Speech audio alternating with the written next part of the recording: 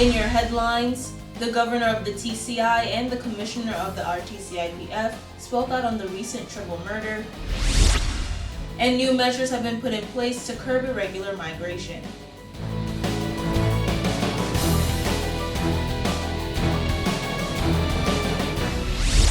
Hello Turks and Caicos, welcome to PTV News Watch. Thanks for tuning in on this Thursday, November 3rd, 2022. I'm Khalees Williams with today's newscast. The real news starts now. A day after hearing from Premier Honorable Washington Mizik on that triple murder that left a pregnant mother and her toddler dead, His Excellency Nigel Dakin and Commissioner of Police Trevor Botting are now speaking on that heinous crime. Newswatch with the details. Commissioner of Police Trevor Botting, while not stating what investigators may believe to be a motive for the gruesome killings, did share that they are of the belief that it is not gang-related. Investigators have an open mind as to why these people were targeted. It may be that this attack is not linked to the gang-related violence which the force is currently fighting, but was driven by other motivation. In an act of transparency, the commissioner also addressed allegations that suggested that officers failed to report 2 911 calls reporting the hail of gunfire in that area hours before the bodies of a man, a pregnant woman, and a 3-year-old boy were found riddled with bullets in an SUV not far away. A 7-year-old girl, believed to be the daughter of the slain pregnant woman and sister to the deceased toddler, was miraculously the lone survivor in the gruesome attack, but is said to be seriously injured. It is widely reported that a number of calls were made to the force control room during the evening of Monday, 31st of October, reporting the sounds of gunshots in the Timbercrest area of Q-Town. There is a strong possibility that these gunshots were related to the attack that led to the deaths of the 3 people discovered in Dockyard during the early morning of the 1st of November. Comment has been made that police officers did not respond to these reports. This is not true. Police patrols did attend the area of Timbercrest and searched the immediate area. The vehicle was found outside of this immediate search area by members of the public the following morning.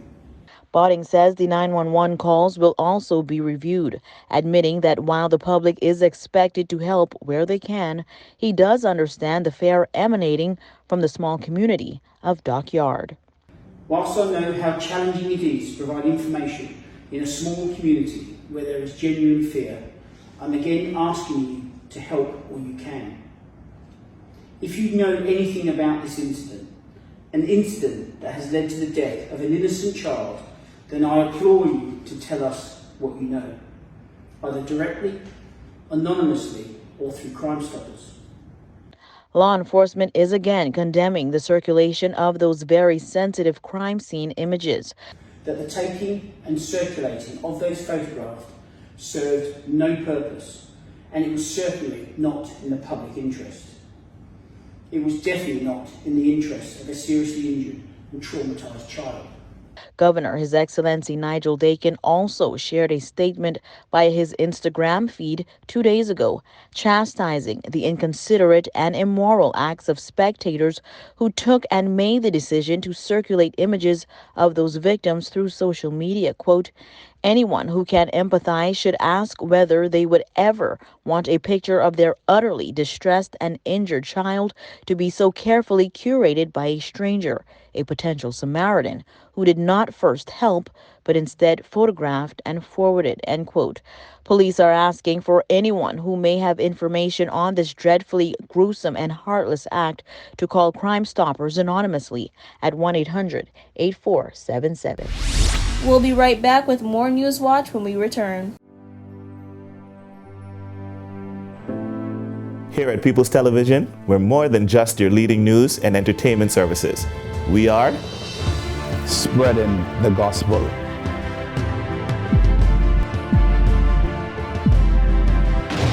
We are breaking barriers. We are preserving the culture. Each one, teach one. We are committed to excellence. We're creating change. We are creating memories. We are the future! I am PTV. I am PTV. I am PTV. I am PTV. We are PTV. We are continuing the legacy. We are PTV.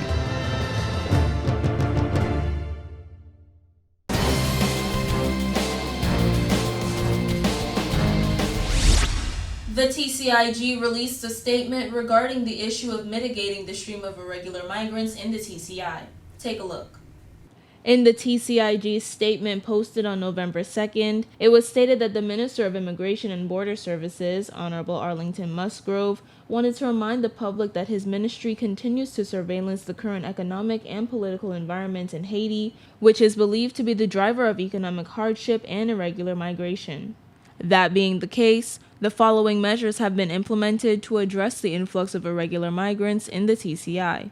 Review of detention capability and capacity across all islands, commencement of Shipwriters Initiative with the Bahamas, which would include things such as placing TCI personnel on Bahamian vessels for coverage of the TCI territorial space, stiffer penalties for those who are caught breaking the immigration laws, increased enforcement activities within the communities aimed at removing those who reside illegally within the islands, and increased presence of both aerial and sea assets in collaboration with international partners to further secure the borders. Closing off the statement, Honorable Musgrove encouraged members of the public to report suspicious movement or information received on illegal persons to 911 immediately. Citizens can also report information they have on illegal migration to Crime Stoppers at 1-800-8477 or to the Immigration Intelligence Unit directly at 649-338-4415 or by email at tciintel@gov.tc. Don't move just yet. Coming up next is your weather forecast after this break.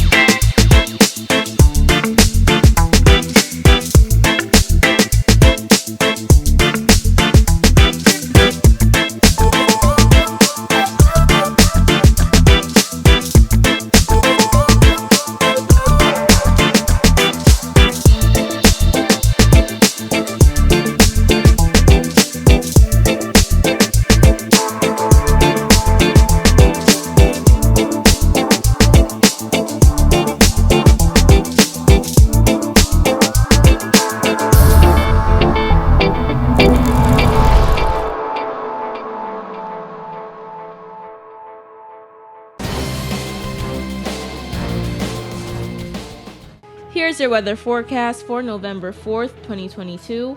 For the nation's capital, Grand Turk, sunshine and mixed clouds, high 82, low 76, winds east-northeast at 10 to 20 miles per hour. For South Caicos, scattered showers and thunderstorms, high 81, low 75, winds east-northeast at 10 to 20 miles per hour. For North and Middle Caicos, scattered thunderstorms, high 85, low 74, winds east-northeast at 10 to 15 miles per hour. For Parrot and Pine Key, partly cloudy with afternoon showers, high 81, low 74, winds northeast at 5 to 10 miles per hour. And on Providenciales, partly cloudy with afternoon showers, high 81, low 74, winds northeast at 5 to 10 miles per hour. Here's your sunrise and sunset. Sunrise, 6:54 a.m., sunset, 6:10 p.m. Now for your high and low tides. High tides, 5:05 a.m., 5:30 p.m., low tides, 11:21 a.m., 11:41 p.m. And for your hurricane outlook, for the North Atlantic, Caribbean Sea, and the Gulf of Mexico, the National Hurricane Center is issuing advisories on Tropical Storm Lisa, located inland over southeastern Mexico, and on Hurricane Martin, located over the central North Atlantic. And that's it for your weather forecast and hurricane outlook.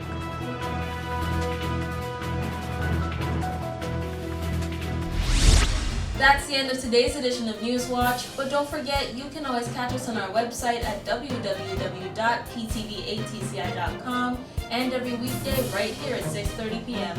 I'm Khalees Williams. Stay informed. Thanks for watching.